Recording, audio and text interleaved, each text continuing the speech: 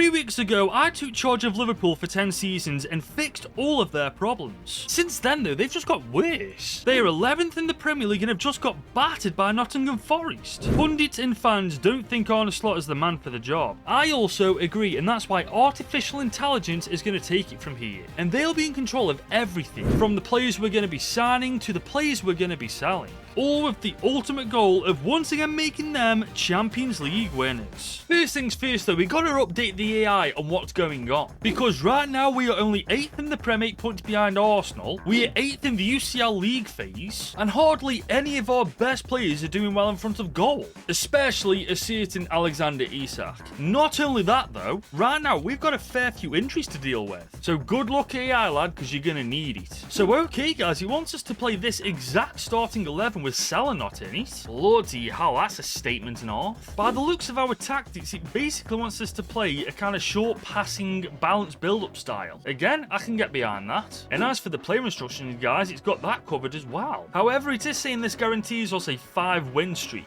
Okay, AI, one step at a time. However, I have gone and done exactly what it wants us to do, guys. This is exactly how it wants the team looking. I can't believe it's dropped Salah, though. And why the hell it's got Gomez playing right back instead of Bradley, I'll never know. But hey, it's nothing to do with me, it's all the AI. And according to it as well, this team has a guaranteed 5-win streak ahead of it. I suppose on that one though, only time will tell. However, as for right now, we have a chance to right a wrong that's just happened in real life, as our first game in charge of Liverpool is against Nottingham Forest. And it was almost the perfect start, as within 10 minutes Gravenberch had this great chance from distance. And just 10 minutes later, we forced Sells to make a fantastic save. However, straight up the other end, history was repeating itself as Forest went 1-0 up. However, Florian Wirtz made his mark on the game, as within 32 minutes he got one back for us. Literally straight after though, we conceded again. Yeah, this ain't gonna be a quick fix. Before half time though, we did get one back courtesy of a little bit of luck and Van Dijk's strike.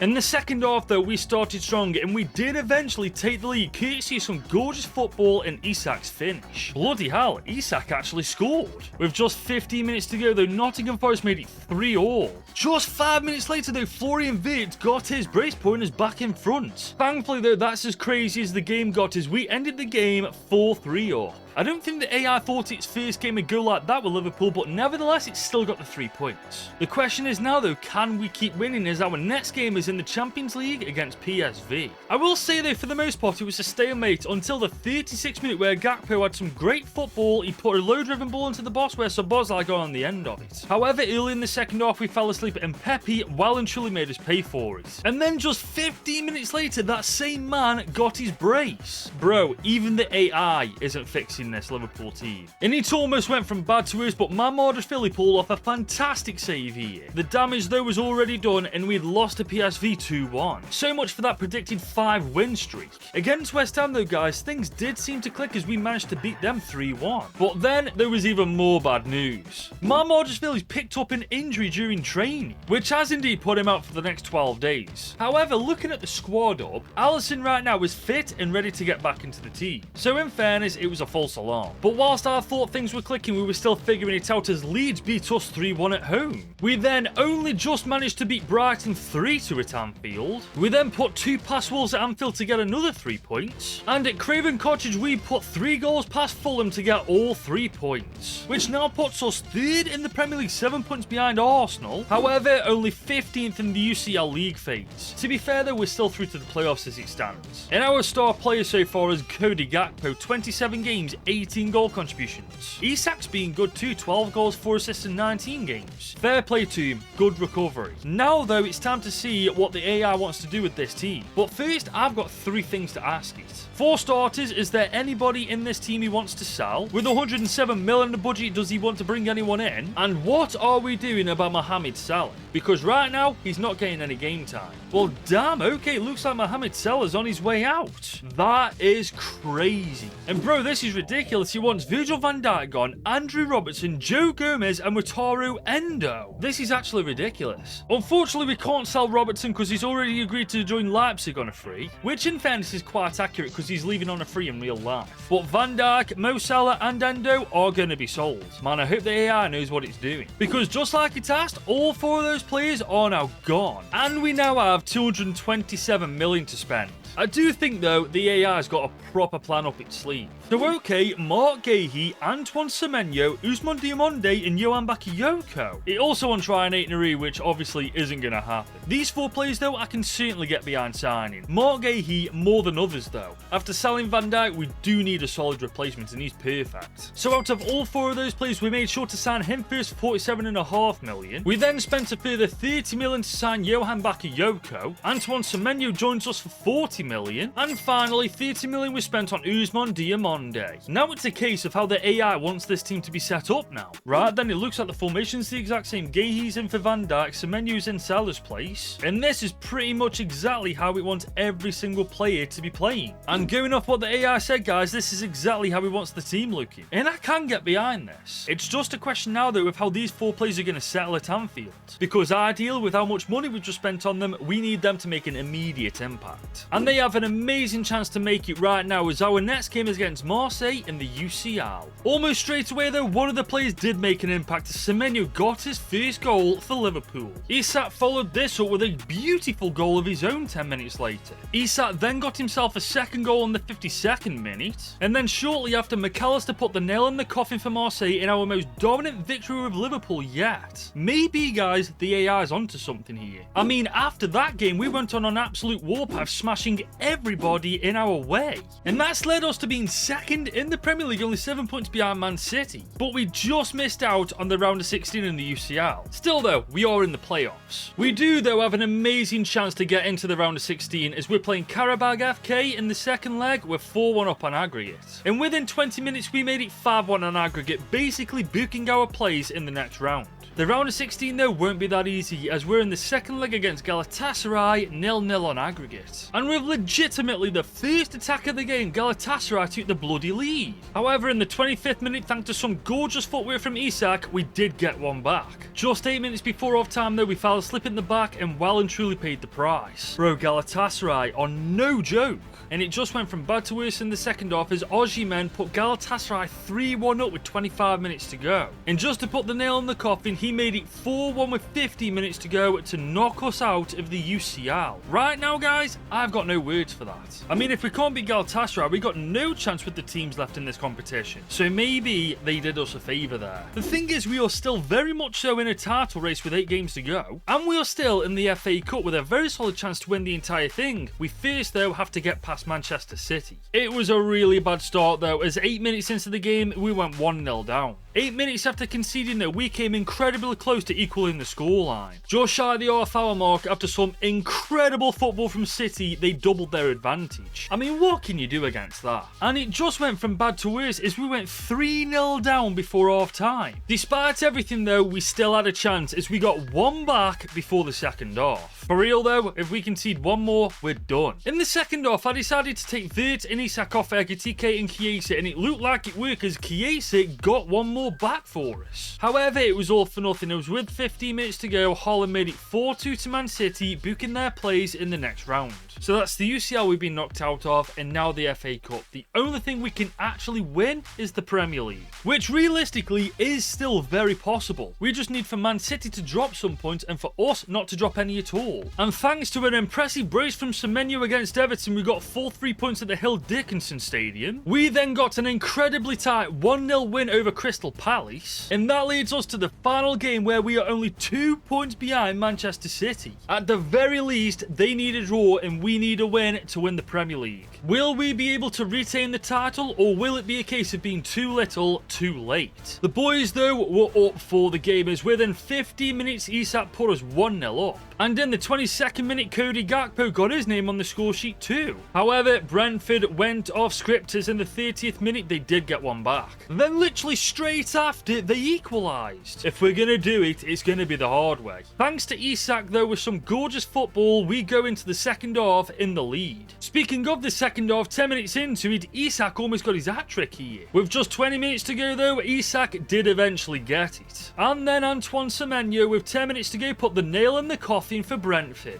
We'd done our bit, but had Manchester City dropped any points? No, they haven't, guys. We miss out on the title by 2 points. We were so close, man. But you know what? From 8th to 2nd in the league, I'll take that. Alexander Isak also finished 2nd in the race to the Golden Boot. Speaking of stats too, he got 33 and 15. Gakpo got 22 and 19. Semenyo 21 and 10. Virch 13 and 15. If only he could do that in real life. Next year though, I think the goals for this team are as clear as day. Win the Premier League title and win the Champions League. But that's my goals. I don't know what the AI wants us to do. But before we find out, if you're enjoying this video with the AI involved and want to see more content where I play the games, leave this video a big old thumbs up and smash that subscribe button. Right then, it's season 2 with this Liverpool side. Everybody's on international duty, but the AI isn't, guys, and it's a good job because I've got a question to ask it. What does it want this team to accomplish this year? Right then, it's not beating around the bush. He wants us to win the Premier League, win the Champions League, win the FA Cup in the semi-finals or better in the Carabao Cup. Good grief, no pressure there, lad. It's even said treble or it's a failure. So essentially it's saying if we don't get the treble this year, we should get sacked. Now here's the thing, we've got 126 mil in our budget. So that brings 2 more questions that we need to ask it. Does it want to sell anybody and who does it want to bring in? And guys, it wants us to sell Cody Gakpo and Curtis Jones. Bro, I ain't gonna lie, that's even annoyed me. This guy legitimately carried us in stages last season. And now we've got to sell him? Are you joking? Man, selling these pair is going to be rough, but the AI wants us to do it, so we've got no choice but to. So that's exactly what we've done. 105 mil for Gakpo, 21.7 for Jones, which gives us 248 million. I am actually kind of curious which direction the AI is going to go with the signings. And man, okay, Antonio Nusa from Leipzig, Morten Hjulman from Sporting, and Schlotterbeck from Dortmund.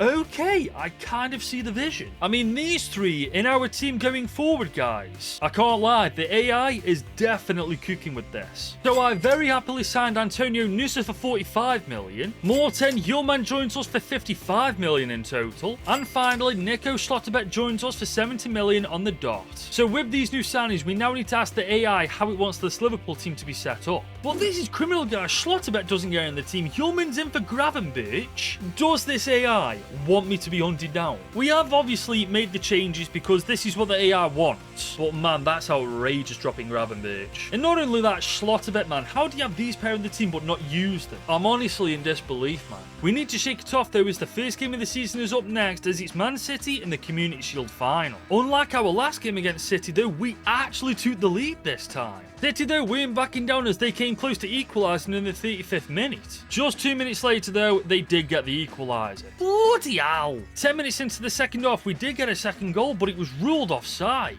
However, in the dying seconds of the game, Semenyo put us 2-1 in front to finally get our revenge on Man City, winning the FA Community Shield. It was now time though to see if we could do it in the Premier League. And against Leicester City at least, we certainly can. We also took out West Ham United after beating them 2-0. And at St James's Park, we got a narrow 1-0 win over Newcastle United. So we won the Community Shield, we're doing well in the Premier League, but how will we get on in the Champions League this time? Well, we were about to find out, as our first game in the league phase was against SK Rapid Vienna. And I'll level with you lot, guys, it was quite an easy 2-0 victory to us. But it's alright doing this for the first couple of months of the campaign, we need to keep this going throughout. And to our credit, guys, we weren't just a one-hit wonder, we were doing this in every competition. However, halfway through the season, we were still 7 points behind Arsenal. We are, however, basically through to the next round of the UCL regardless, which is pretty damn decent. The boys, as you can see, are also doing fantastically well in front of goal. Morale's high, everybody's playing well, everything's going well. However, we do have 74 million to spend. And I feel like I absolutely have to ask the AI if it wants to sell anybody at this point and if it wants to sign anyone at this point. I am shocked though, no one gets sold in January, not a single first team player, not even for stupid money. Okay, 74 million though, maybe we sign someone. However, it doesn't even want to sell anybody. It says the title race is still alive, the UCL knockouts are locked. Okay, a very dead transfer window in January. But it's now up to these boys to do what the AI wants in winning both the Premier League title and the Champions League alongside the FA and Carabao Cup. And a good start would be by beating Derby County defeat in the FA Cup. We, however, didn't just beat Derby County with our second team, we annihilated them. We also went on to beat Benfica 2-0 in the Champions League, and we actually got a very narrow win over AZ Alkmaar, which still leaves us outside of round of 16 football. Great, playoffs again. To be fair though, we are basically in the round of 16, as in the second leg against Bodo Glimt, we are 4-1 up on aggregate. And after 32 minutes, the game was sealed as Semenyo got in the end of this low-driven cross to make it 5-1 on aggregate. In the round of 16 though, we faced off against Dutch team Feyenoord 2-1 up on aggregate in the second leg. And we were easily the better side, as within 8 minutes we went 3-1 up on aggregate. Then shortly after, with this gorgeous bit of football, we went 4-1 up on aggregate. I will say though, Feyenoord weren't down and out yet, as they attempted to get one back here. But with McAllister giving us the third goal of the night, the game was dead and buried and we were through to the quarters, where surely the competition would begin to get more difficult. Right? Right, as we were facing Atletico Madrid in the second leg 2-1 up on aggregate. We did still have the advantage, but they are a far better team than Feyenoord. However, we were finding it just as easy, as Nusa broke through and made it 3-1 up on aggregate to us. Federico Chiesa then broke through on the right side of the pitch and made it 4-1 up on aggregate to us. And in the second half, we continued to dominate Atletico, going 3-0 up on the night. Credit where credit's due though, with 20 minutes to go, Atletico fired one back. And with less than 10 minutes to go, they almost got a second. With 5 minutes to go, however, thanks to a lucky rebound off the post, they did make it 5-3 on aggregate. And then with 1 minute of extra time to go, they actually made it 5-4. Surely not, right? Thankfully not, as we just held on to progress to the next round. However, we've kind of put too much focus on the UCL, because with 7 games left, we are 7 points behind Arsenal. Oh boys, we're screwed. It was time to put our full focus on the UCL now, as we were in the second leg of the semis against Dortmund 3-1 up on aggregate. We are one good game away from the final. And early on, we were by a mile the stronger team, as within 10 minutes, we almost made it 4-1 to us on aggregate. In the 23rd minute though, thanks to Nusa, that was now a reality. Then on the half-hour mark, on the counter-attack, Isak slotted another one home. Dortmund though did get one back before half-time, courtesy of Adeyemi. God, I hope it's not a repeat of the last game. But it was happening again, as with 15 minutes left, they got another one back. This time though, with a little bit of luck on our side, Florian Wirtz managed to get the ball off Dortmund's defender and get another one for us. But you lot ain't gonna believe what happened next. Jeremy Frimpong broke through, got a goal for himself to book our place in the final. And that is where we will be playing Real Madrid. Man, a grudge rematch from all those years ago. Here's the thing though, that's not all this team was able to accomplish this season. Because granted, we missed out on the title once again, but as you know, we won the Community Shield and we won the FA Cup. So I know it's not the treble, but we are on for 3 trophies. And man, what a season these lot have had. 4 players individually with over 20 goals and 10 assists. I can't remember the last time I saw something like that. In my opinion, despite not winning the Prem, they're the best team in the world by a mile. Now though, we have to prove that. And the way we do that is by once again beating Madrid, this time though, actually doing it where it matters the most. Now early on, we were the stronger side, and somehow this opportunity didn't end up in the back of the net. Seriously, fair play. Whilst that one didn't go in though, this one certainly did. And Madrid, if not for Courtois, would have gone 2-0 down in the 25th minute after this amazing save here. After that, it was a complete stalemate until the hour mark, where Courtois made yet another fantastic save. 5 minutes later though, we got given a penalty for this, and Alexander Isak absolutely buried it. And then thanks to this gorgeous crossing from Nusa, Semenyo got on the end of it to give us a 3-0 advantage. And that was more than enough to put Madrid away to win the Champions League once again for Liverpool. Which means mine and the AI's job is complete. If you've enjoyed this video and want to see more content like this in the future, leave it a like, smash that subscribe button, and I will see you next time.